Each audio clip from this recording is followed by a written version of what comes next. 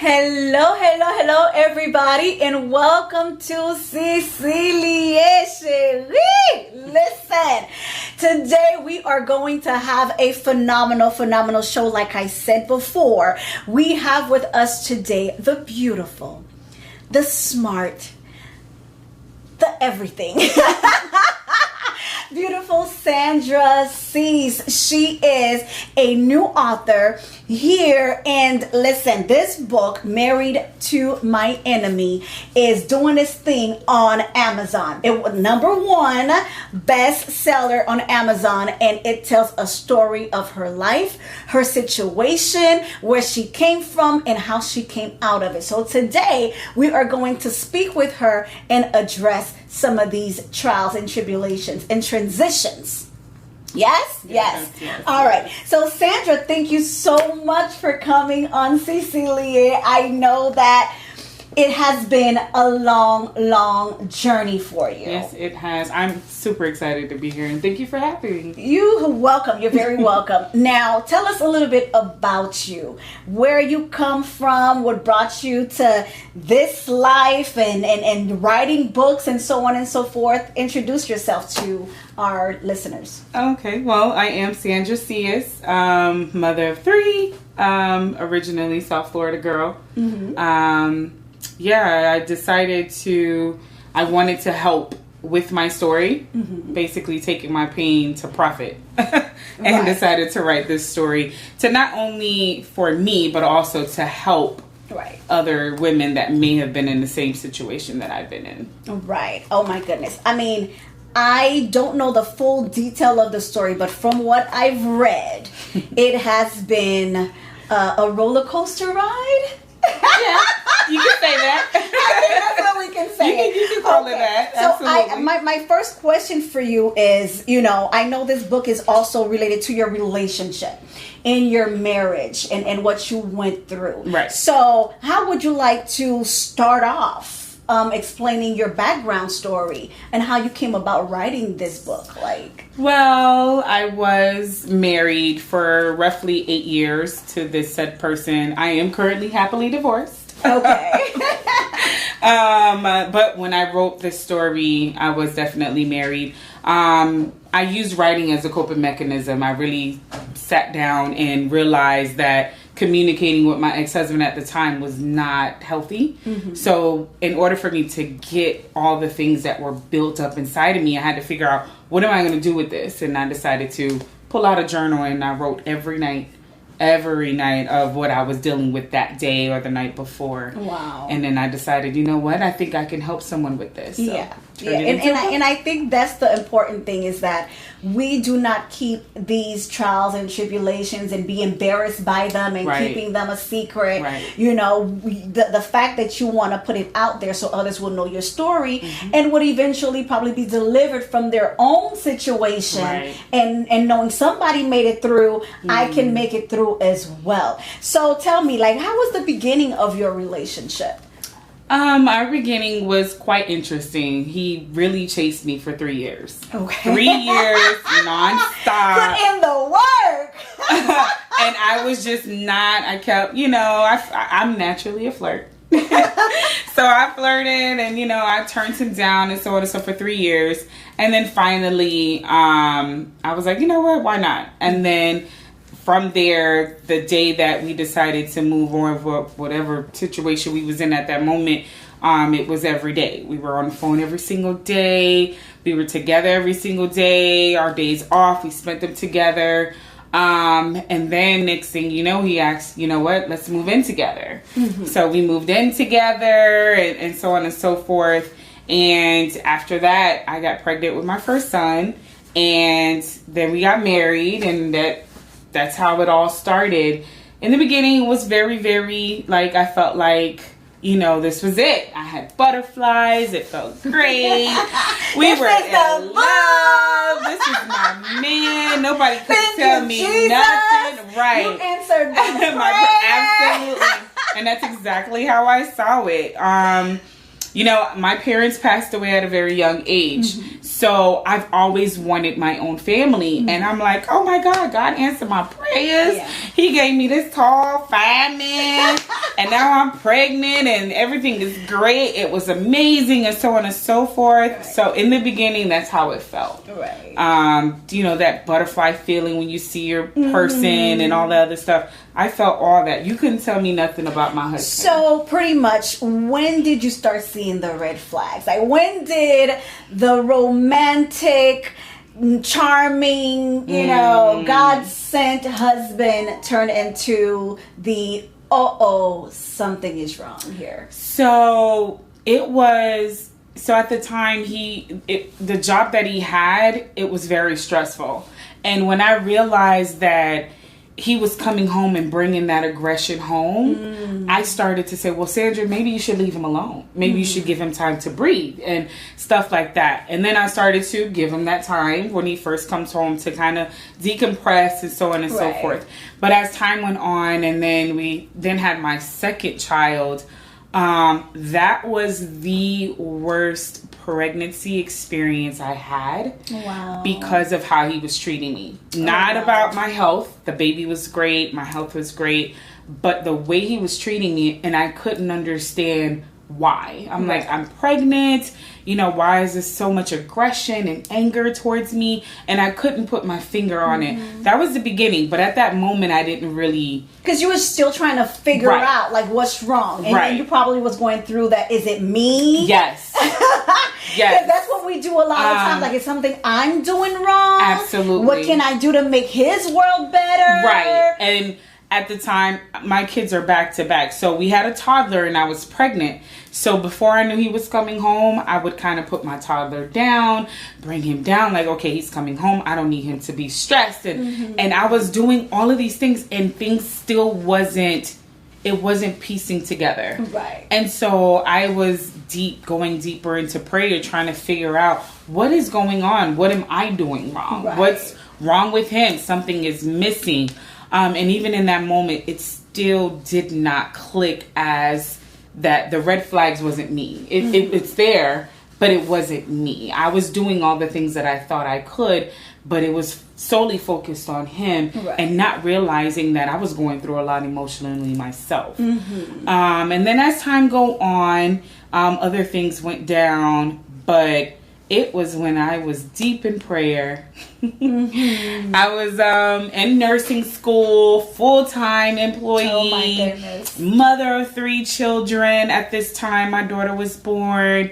And things just was rocky. And I'm like, you know, I'm starting this new career. Trying to, you know, figure out how we're going to financially get ourselves together to bring our family up and so on and so forth. And there was always a struggle and I couldn't figure out, okay, what's going on? Right. But as you know, us women, we have that intuition. I got that Holy Ghost talk. Right. So when that thing started to alarm, I'm like,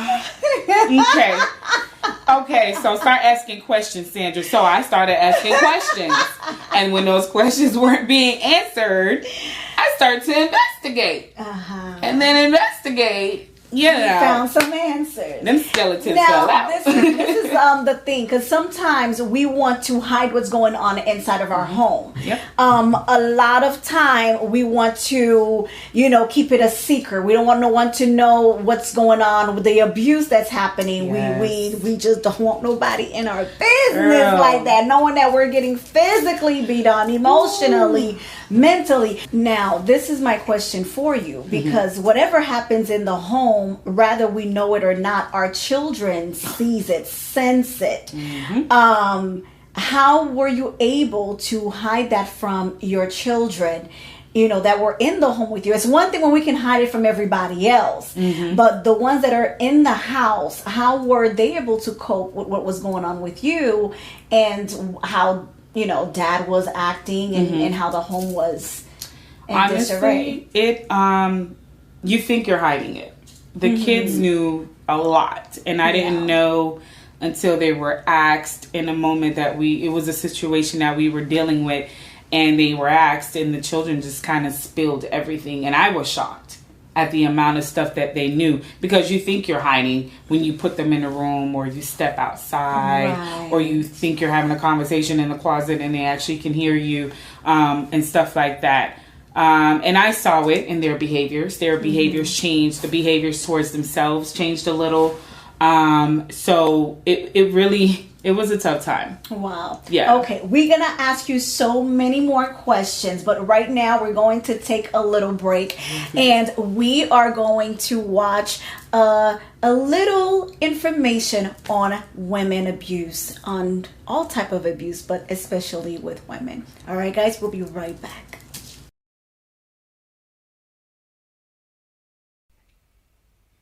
Did I say I was finished with that? No, I'm sorry. I thought you were asleep. Yeah, well, you thought wrong. You think too damn much. Look at me. Don't I think? I think what? That I've had too much? That I'm drunk? No, it's just... It's late. You got work in the morning. I think... What I just said about thinking. You want to be careful telling people what to think. Look at you. You're pathetic. No friends, no life of your own. Always trying to mess up mine to make yourself feel better. I don't know why I put up with this shit. I encourage you to call 1-800-799-SAFE. You can call anytime and people will be there to listen to you.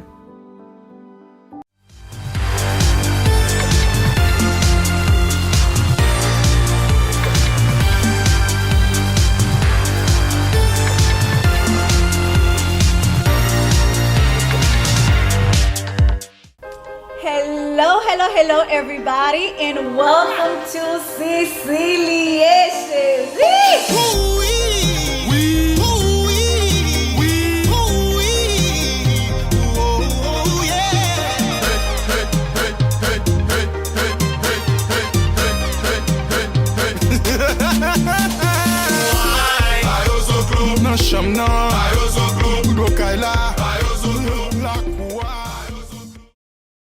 Alright, hello everybody, and welcome back. So you went through it and now you're coming out of it. Yeah. What helped you apart from therapy and prayer? What is it? What was the moment you said, you know what, Sandra? It's a wrap. It's a wrap. Like, and how did you transition out of that? I had a game plan. So my ex-husband was very promiscuous. And what they say is, you know, he was messy in his own yard. So when things went on, and I realized, okay, this ain't where I want to be at. Right. I don't want to be a part of this anymore. I don't want to be a part around these kind of people. So what are we going to do about it? And the fact that it's just me, meaning I can't lean on my parents. I needed to make sure I knew what I was doing because I have 3 children. Right. I wasn't leaving my babies. So I needed to put things in place to make sure that it was going to be done correctly. And as best as I can so that they're not dealing with as much trauma as possible. Just make it very... not as hard as I knew it was going to be. Right. So, as time went on, talking to people in church and my pastors and elders and so on and so forth, which I talk about that in my book as well, that could also be a little bit misleading. Because the moment you mention divorce, everyone kind of like, oh, what do you mean? You don't want to do that. You don't want to do that. That's not what God wants. Maybe you can pray. That's a whole nother topic. Yes, it is. But then once I sat down and I realized, you know what, Sandra, this is not what God wanted. Right. This is not the marriage that He wanted. He would not want you to be as afraid as you are. He wouldn't want you to be physically harmed as much as you have been. The treatment that you were enduring, He wouldn't want His children, my children, to be able to be in this environment. I was literally in an environment where every time I felt like I was walking on eggshells. I didn't know if I spoke too loud, if I said something, if I asked for something, how was he going to react when he's coming home? Oh my God, I hope he's in a good mood. Like, that's not what God wanted for me. Right. So once I realized, okay, that's that, I sat down. I called one of my older sisters, and I said, hypothetically, if me and the children needed to come to you, just me and the kids, would that be okay? And she was like, yes. Yeah. She didn't ask any questions. But again, I felt like my family kind of knew what was going on. Right. But they were just waiting for me to come to them. And once she said that, I was like, all right. You know, I sat down. I made calls to lawyers to see how it would be as far as financially for us to get a divorce. So that I can communicate that with my family and they can assist with that as well. And I laid everything out, planned it all out. Unfortunately, it didn't go the route that I thought. You know, other things went on that got pretty serious, and it kind of sped the situation up further. Where I had to basically grab my children and go. Right. Based off of a behavior that he put forth, and it was taken care of, or what have you. I felt like God put that situation before me to let me know, like, yeah, it's a little messy, but I got you. And he really did. Now, this is what I'm going to ask you. And I'm going to ask you in Creole because, and I would, listen, guys. She is Haitian, but I know that, li parle plus anglais, so nous faisons plus en anglais pour lui. Même connaît que question ça, m'ta remè répondre pour nous en créole, parce que y a pile parents qui suivent nous. Vous comprenez moi? Et parents qui suivent nous en gain de l'air, yo pas vle comprendre que situation yo pour casser tellement mal, mais yo vle pour petit yo être marié, yo vle pour petit yo être ensemble, yo dit non n'a pousser le quand même, n'a fait le river, et puis yo pas comprendre situation que quoi passer la caille. Il y a des parents qui pas comme ça, yo pas tolérant. Depuis ou dit maman m'gen problème, papa m'gen problème, yo dit tourne. Vin la caillou. Oui, mais gagner des parents qui voulaient pour rester, pour arranger situation. Qui advice que tabay parents sa yo, and you can look in your camera, and talk to the people, because I know it happens so often. So, qui advice que tabay parents haïtiens, parents caribbean, qui parent m'écraser mariage, rete ensemble pito, et puis misère à passer la caille. M'ta dit ouvert partout pour dire si mon vin la caille, parce que sous dit si mon ti moun pour yo connaît m'la, papa là, maman là, nous carré avec ti moun yo, et puis les ti moun la caille avec nous ka ranger j'en nous ka pas pour penser m'abdoulah, like, in other words, now here come the freaking English. J'en passe là dans CiciLiYe chérie. Okay, guys, so you've heard it. We had the beginning, we had the middle of how she came out. So now, Sandra, what do we have looking forward with you? What are you doing now? What is your life like right now? Like, how has you transitioned? My life right now is great. I am literally at peace. To be able, that peace, girl. Listen, the moment I felt it, I'll never forget that day when I packed all my stuff and I moved into my aunt's house. And after I got everything in the house and my kids was in there, and I sat in my car, those times where you sit in the car for a little bit. I sat in that car and I had the door open and I was just looking up into the sky and I was like, this is really it. Like, I'm actually here. I'm out. I'm here. I'm good. And I just felt this calmness that came over me. And peace that surpasses understanding. Yes. To sleep. Like, I slept. I literally slept. And God. That was just, I get goosebumps even thinking about it, because I'll never forget that day. Wow. But it was amazing. Ever since then, your girl been enjoying herself. That's right. Having a good Christian time. way, right? Yes. Of course.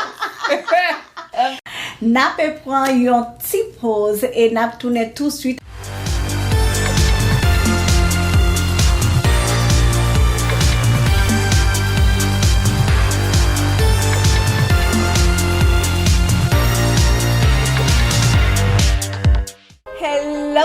Hello everybody and welcome to CiciLiYe.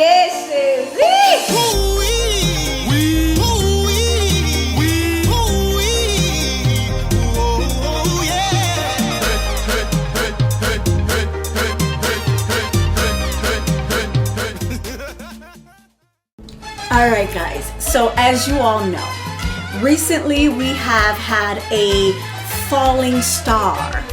Our very good friend, someone that I don't even really know what kind of title to give him, Chao, bass guitar player for Top Vice and many more other bands I believe he has played in the plethora of centuries that he has been around. So stay tuned, watch this great tribute to Chao.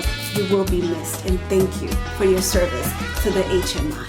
Oui, Dieu mwen content pile, mwen avoir soya et première question, premier ça m'dame connaît depuis qui l'heure commencé dans musique là parce que me connaît grand pile monde, je dis à qui gros superstar que c'est eux même qui était dans main un jour que t'es aidé arriver côté eux. Depuis qui l'heure même pour tête ou commencer dans musique là.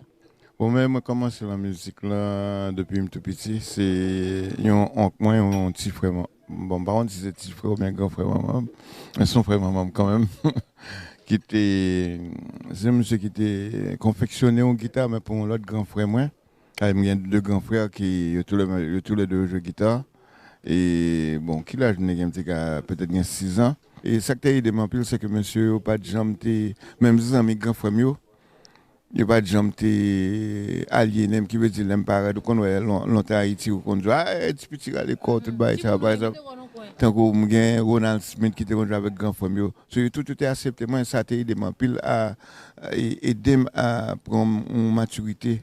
En même temps, tout, vraiment, vers l'âge de 16 ans, mal fait premier tournée moi avec Léon Dimanche. Et Chao qui était nous. Monsieur fait plusieurs strokes qu'elle était pendant plusieurs fois. Dernier stroke qu'il fait là, c'était dernier qui portait à la molle aujourd'hui à la pep. Alors Chao c'était un bass player, excellent musicien, très simple, sympa, tout gros hit Top Vice fait dans business là.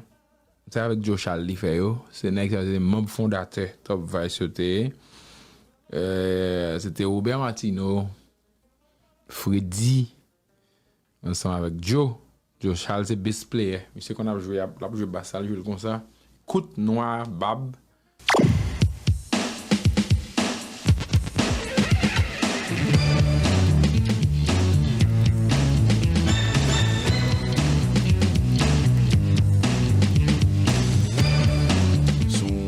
Qui n'est pas normal pour moi tout. m'a parlé des amis Pam, frère Pam, et n'a parlé de Chao. C'est comme ça que nous commençons avec musique ça, et ça c'est Top Vice, le juge de Miami.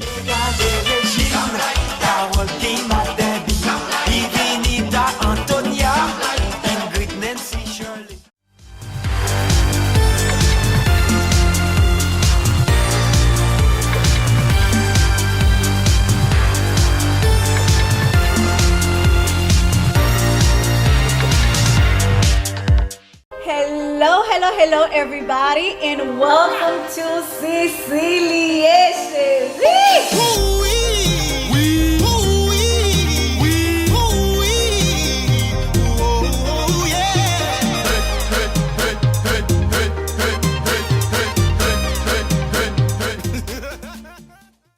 Alright, hello everybody and welcome back. Okay guys, with that said guys, seek the help that you need. You've heard the video you've heard Sandra, seek help. That will be the number one step, is for you to exit out of that situation. Encore, m'a dit personne a quitté mari nous, s'il vous plaît, a quitté madame nous, c'est pas ça que si dit nous. Mais si que position, situation que vous avez, c'est un bagay qui agressif et qui ka mette en bataille, cherchez un monde qui ka aider ou sortir dans situation ça, parce que c'est pas normal et it's not something for you to accept either. Okay? So ça c'est message pas moins, chercher un monde qui ka aider, chercher un counselor, chercher un monde que vous ka confier avec lui, et puis pour si que vous ka sortir dans situation. And if not, relez maman, relez papa pour venir mixer. If that's it. If that's it. All right, guys. So thank you so very much, everyone, for watching. Yes. Sandra, once again, thank you for thank coming you. on this show. And again, guys, this is the book. Go get your copy, Married to My Enemy, with author Sandra Cius. So thank you so much for watching, and I hope I will catch you next time right here on CiciLiYe Chérie. All right, guys, have a blessed one. Bye, everyone.